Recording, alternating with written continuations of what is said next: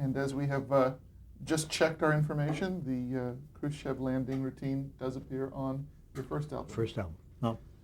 Now- That's the it was called The Button Down Mind of Bob Newhart. And we were absolutely, totally unprepared for the success of it. I mean, I thought if I was going to stay in nightclubs, that it might help maybe, 20, 30 people might have bought the album and come in to see you. And it was like an adjunct to a nightclub career, if I was going to stay in nightclubs.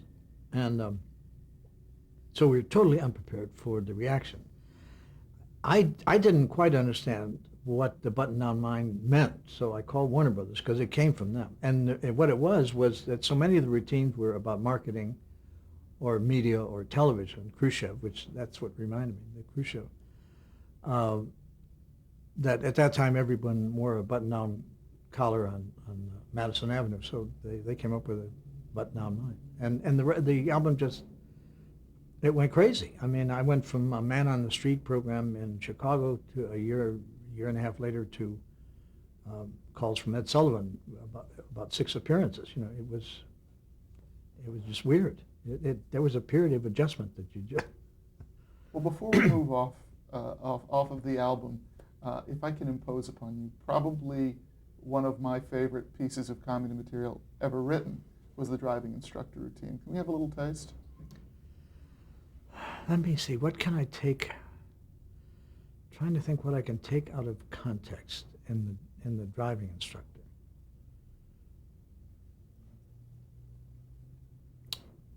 Can we hold tape? I'm trying to think, and this is the problem with some of these routines, is if you lift them out of context, they don't have a life. They don't sustain. I mean, I know the routine.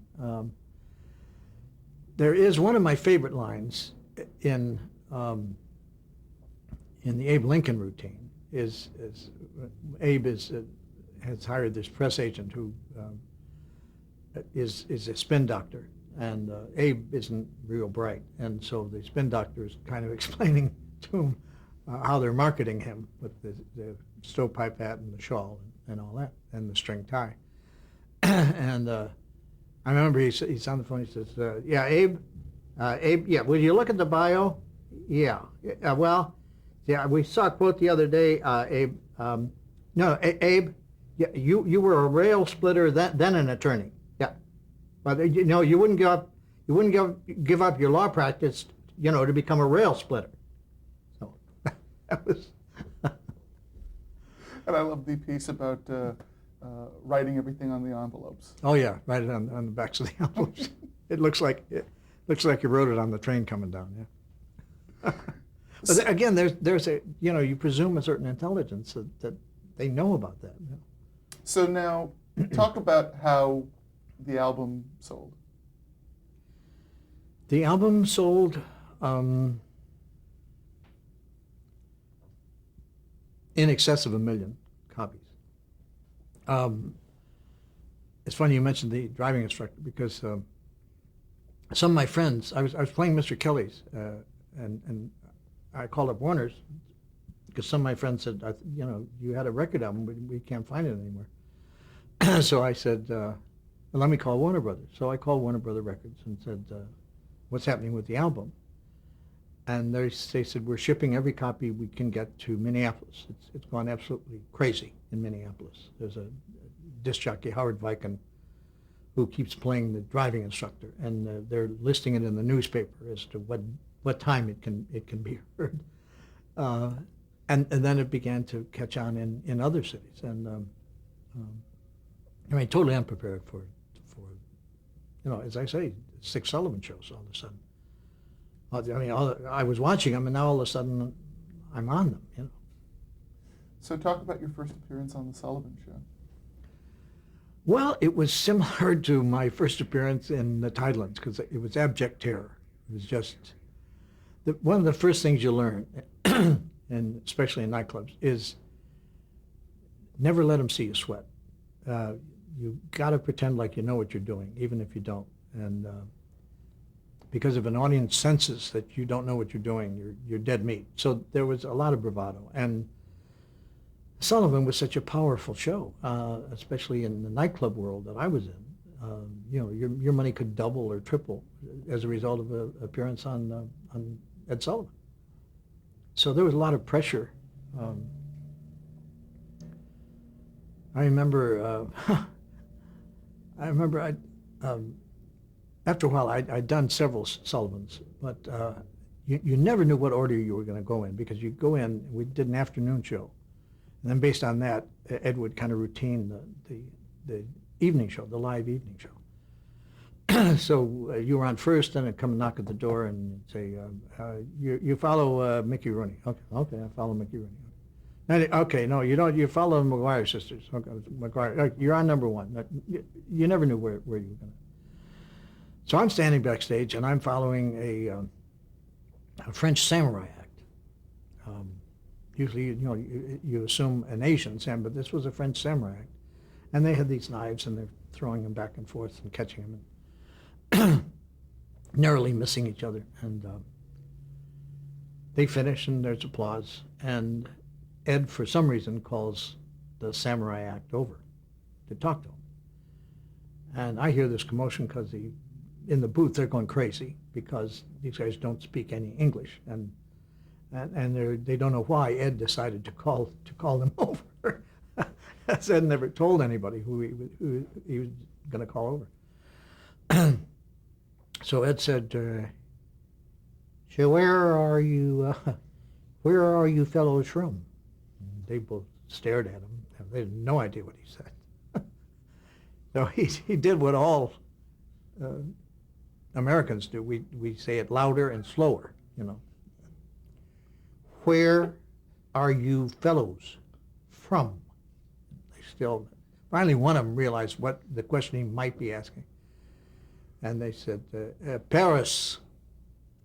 And Ed said, well, you get back to Paris. You say hi to our good friend General de Gaulle. And then I came up. I mean, the chance of this French samurai act ever running into General de Gaulle are astronomical. But that was Sullivan. It was just, you never knew what he was going to do or say. But he was right. He routined the show. He was the audience. He had on the show the people he wanted to see. And he routined the show, and it worked. He had this gift for just routining the show the right way, who followed who. And so what impact did your first Sullivan Show appearance have? Oh, I don't remember now, but I mean, my money, I know my money went up. After each Sullivan Show, my money went up.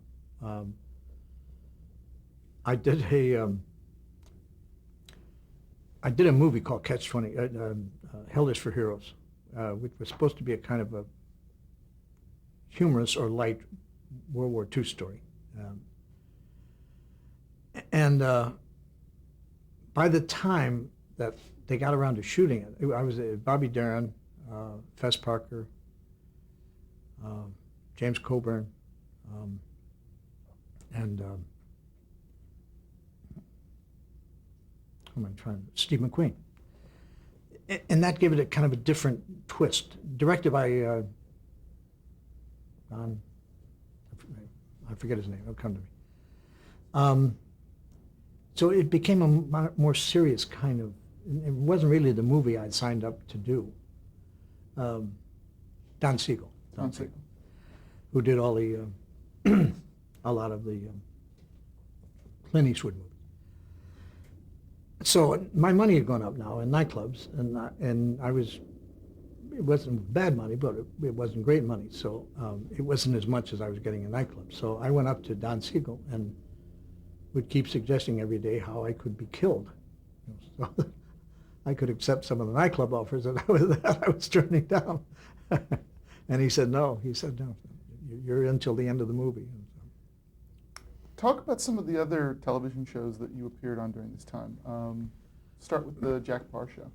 Jack Parr, I was coming into New York to do a Gary Moore show. And again, this is just as the record had broken, it was breaking. And Jack called up Joe Hamilton, who produced the Gary Moore show. He said, "Can I use him on my show before you use him on the Gary Moore show? Because my show is out of prime time, and usually that isn't done. There's usually a protection period front and back. But Joe Hamilton, being the gentleman that he was, said sure. So I went on, did Power, and came out and did my routine. And they said, when you get finished with your routine, there'll be applause, and just stand there, because Jack may call you over, or he may not call you over. So being called over was a sign of acceptance. That was, so I finished the routine and just kind of stood there and nervously looked at Jack, and he went. So that meant it had gone well. So that was partial. Then the Gary Moore show, Dinah Shore, Sullivan. Now, big breakthrough appearance for you was on the Television Academy's own Emmy Award telecast in June of 1960. Talk a bit about that appearance.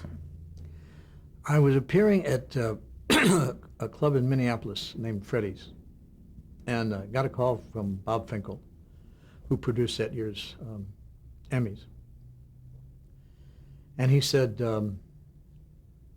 he called me up, he said, "Can you do the Emmy Awards?" And I went to Pete, who was the owner of the club, and I said, "Can you let me off for 3 days?" I was doing business at the club, so he said yeah, because he figured, well, it's certainly not going to hurt business, appearing on. So first time I ever flew on a jet was in 707. Flew out of Minneapolis into Burbank, and stayed at a motel in Burbank, and went on the show, rehearsed. They wanted the Abe Lincoln routine, and Mike and Elaine were on the show, and Mike and Elaine did a routine. We'd never met. We were both from Chicago, as was Shelley, but never traveled in the same circles. They were with the Compass Players, I think, and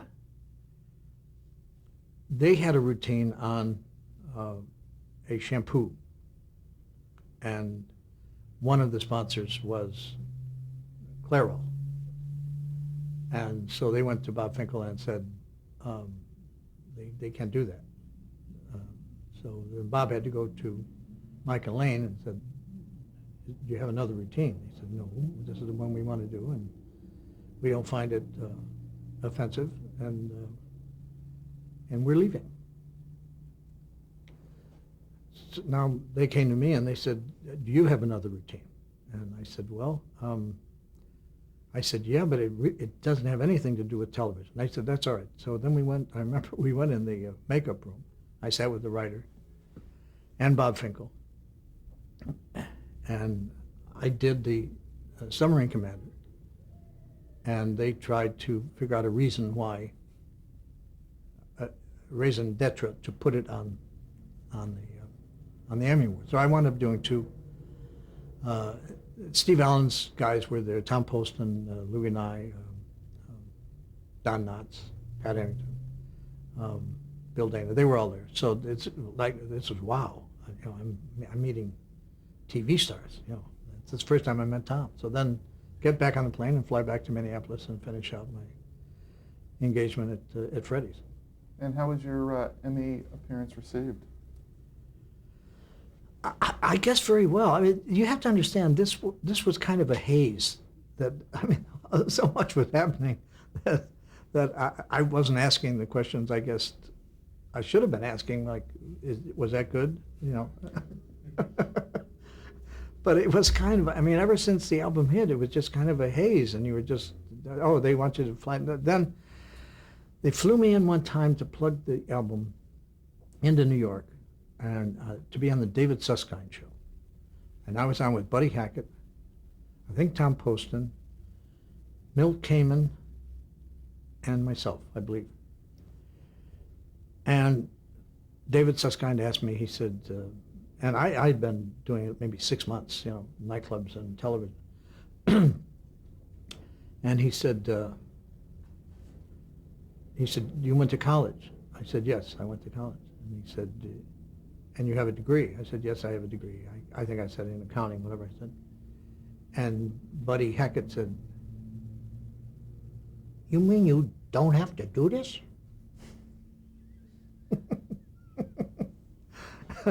And I guess, no, I don't have to do it, but yes, I have to do it, you know?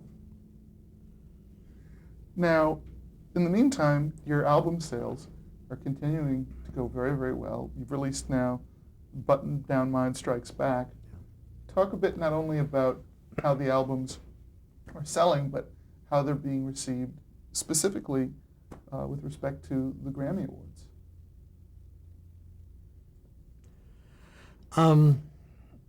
The second album is interesting. Interesting to me. I was in Chicago and I was working at a local station there, and Bill Daly, who was later the navigator on what we call the permanently jet-lagged navigator on the Bob Newhart show. Bill was also a struggling comedian, stand-up. So he got an offer from the Gate of Horn, which is a kind of a club, folk club. And he came to me, he said, can I borrow the Grace L. Ferguson Airline and Storm Door Company, which was another routine I had written and performed. And nothing was happening as far as, I had another part-time job at some kind, but I mean, there was nothing on the horizon. And so I said to, this is all building up to the second album. I said, yeah, okay, Bill, yeah. So he said, so I'm getting ready to do the second album from Warner Brothers, and they want to rush it out as soon as they can. And I'm one cut short. So I called Bill up. I said, Bill, I've got to take back the Grace L. Ferguson Airline and Storm Door Company. And Bill said, he said, that's my strongest bit. I said, Bill, you borrowed it, remember? I need it. You know? So now the second album comes out. Yeah. And it does quite well. Quite well. I don't think ever quite as good as the first, but pretty close. I have two gold albums, yeah. And both won the Grammy Award. I got 3 awards. The Grammys were in New York. They weren't televised that year. There would have been, I guess, 60. And Warner Brothers wanted me to come in. So I flew in, and I was there, and it was in a ballroom. And they said, okay, and now for Best New Star of the Year, Bob Newhart. So, wow. So I go up and get a Grammy, and they hand it to me. Sit down. And several other awards. Okay, for Best Spoken Word Album, Bob Newhart. Oh, okay. So I go and get another Grammy. And then, all right, Album of the Year, The Button Down Mind of Bob Newhart. So I get up again, and this is when I talk about the haze, that it was a haze. It was just unreal what was happening. So I went up and got a 3rd Grammy, and I got 3 Grammys in the 1 year. Wow. I mean, this is a year later. This is a year after the Man on the Street show. Now, in the wake of this, you were approached by NBC to have your own television series. Mm-hmm. Talk about how the variety show, the Bob Newhart show, came about.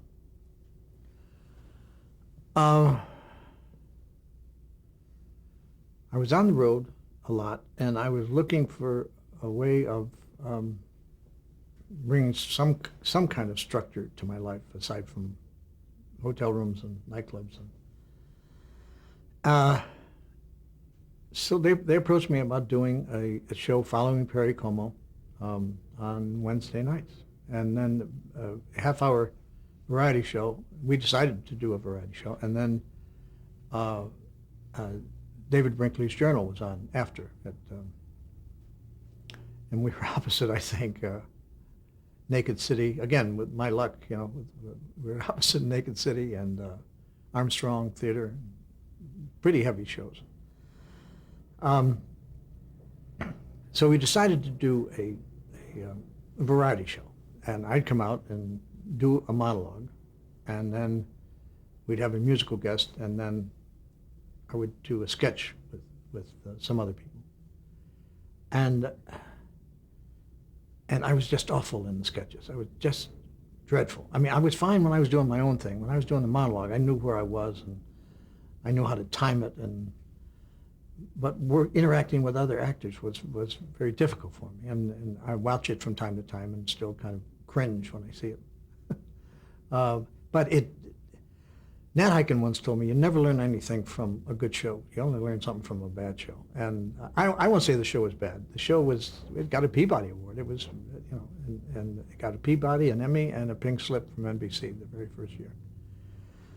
Now, the first two I understand. Why do you think the third? Why do you think the Pink Slip came about? Well,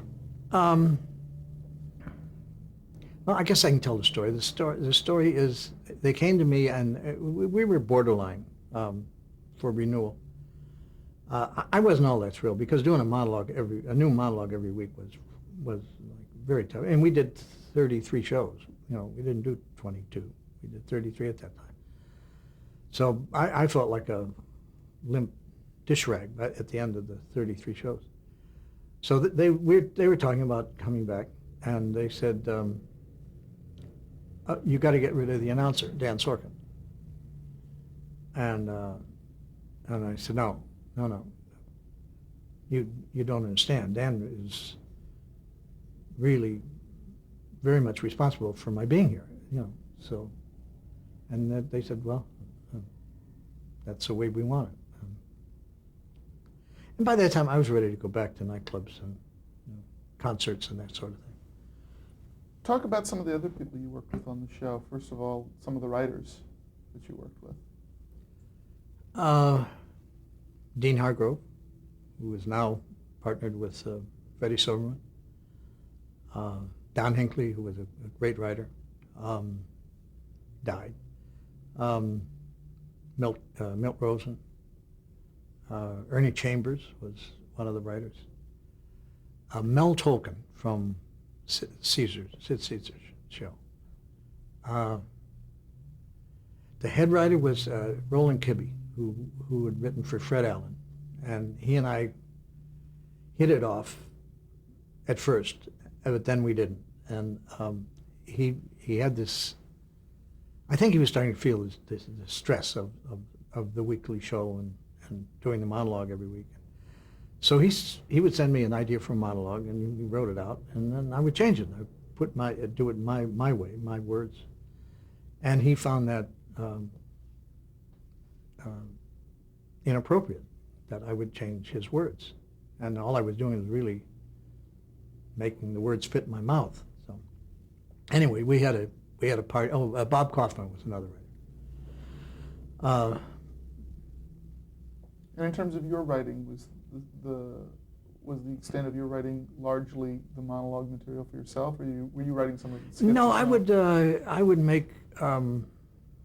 come up with ideas for sketches. Kib and I had a falling out after about 15 or 16 shows, and so I became, in effect, head writer of the show, and worked with all the guys, and they'd kick around ideas, and I had an idea for a sketch, which was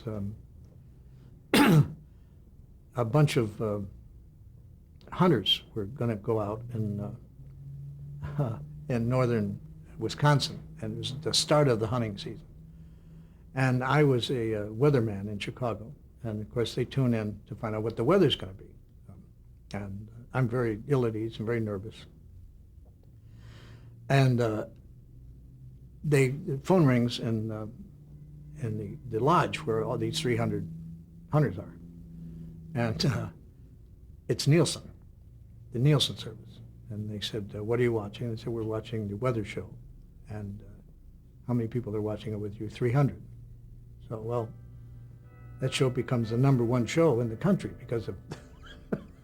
So now the networks get together, and now they're going to build a show around the weatherman who can't do anything. I mean, he's awkward, and he's nervous, and they have singing dancers and girls and stairways to walk down. And that was one of my Then the Great Big Chicken, which was a science fiction show done on a budget of about $8, and we had this chicken, and we would do a blue mat, so that the chicken looked enormous, but you could tell it was it was very crude. Anyway, that ended, and Now, how did you feel when you received the Emmy at the end of that first season? well, I got the Emmy for. I got it as a writer, as one of the writers on the show. Bob Kaufman had said Johnny Carson was hosting it in New York, the Emmy Awards show, and I was hosting it on the West Coast. And Bob Kaufman had said, come out in Variety and said that I had nothing to do with the show, and I never had any writing, shouldn't have any writing credit on the show, and if I won it, he was going to come up on stage and take it away from me. So along comes the award, and Johnny's in there, and Johnny's doing some jokes about what had happened. And I read the Emmy was for the show itself, which was we got a nomination, which was the producer's award at that time. The producer got it. Anyway, so I had the Emmy in my hand, and I said something like, I thought somebody was going to come up and do something about this, and there was nothing. So Ralph Levy, who was the producer at that point, he got the Emmy Award. So after the show had ended, you went back, you continued to perform in nightclubs, but... And concerts, and college concerts. That they were very popular at that time. And as you were continuing to appear in movies and perform, television came calling again for another series in 1964, the show for CBS called The Entertainers. Yeah. The Entertainers, yeah. Tell me a bit about that show. Well, again, I was approached by Joe Hamilton, who is now the producer of The Entertainers, along with Bob Banner. And I was married, just got married, and was approached along with Carol Burnett and Caterina Valenti and myself and John Davidson and Jack Burns, and I know I'm leaving some people out, Dom DeLuise. And I was, Art Buchwald. And I was supposed to do the monologue, write the monologue every week. I was married, and this was steady work, and it looked like it couldn't miss. The lineup looked great, and I figured, well, you got to get something more reliable than nightclubs, So we did it in New York. I went into New York, brought my wife in, and we had a young son, Rob, with us at the time. And the show really didn't work. It was against, again, the Addams Family, which just destroyed everybody. And I think it was Saturday night or Friday night or whatever it was. So in order to punch up the show, Jim Aubrey decided to feature rock acts, English rock acts. And our audience completely switched to preteens, and my material was not geared for preteens, so I would go out there every week and just nothing. Not as bad as Art Buchwald, because Art would... I'm sorry, Mr. Newhart. We told we have to change tape. Okay. Sorry.